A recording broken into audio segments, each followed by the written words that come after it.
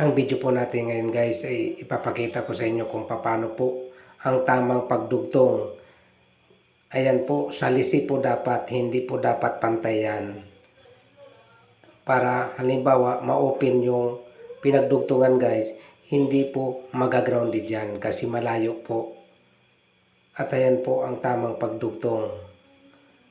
Pinabalik, tapos iikutin papunta sa kabila. Tapos yung kalahati naman guys, sa kabila rin ang ikot. Hindi dapat yan magparehas ang ikot. Para matibay po yan. Ayan, di ba malinis? Saka po natin lagyan ng electrical tape.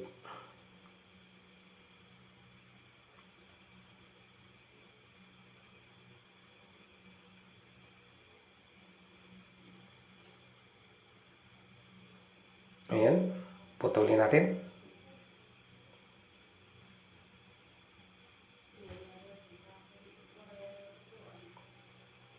Tapos, ganon din guys yung gawin natin sa kabila. Pagsamahin, tapos ibalik po kabilaan. Kung halimbawa, counterclockwise po yung ikot ng isa, clockwise naman po yung isa. Hindi dapat magkaparehas ang ikot niyan. Ayan. O, di ba? At ngayon naman guys, hindi magkasya po ang electrical tape. So, kailangan po natin pumutol ng isang bagay na maliit. Or pinagputulan po ng wire. Pwede rin po yan. Ayan.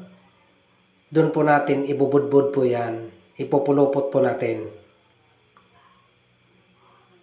Bago po natin i-transfer doon sa dinugtong natin na wire para magkasya po.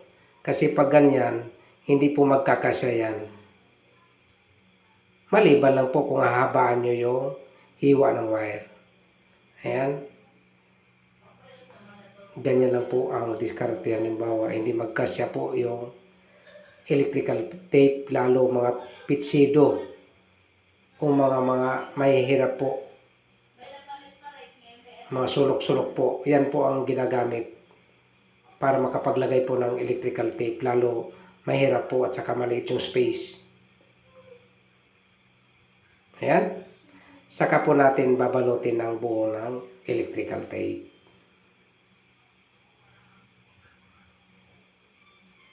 Ayan. Damihan po muna ang ikot dun sa pinakaumpisa bago po natin patakbuhin papunta dun sa dulo. At the same time, ganun din po ang gagawin natin sa pinakadulo. Damihan din natin yung ikot niya para magsilbing lock po na hindi matanggal yung electrical tape. Ayan. O, di ba? O, di ba malinis? Ganyan lang po ang tamang pagdugtong.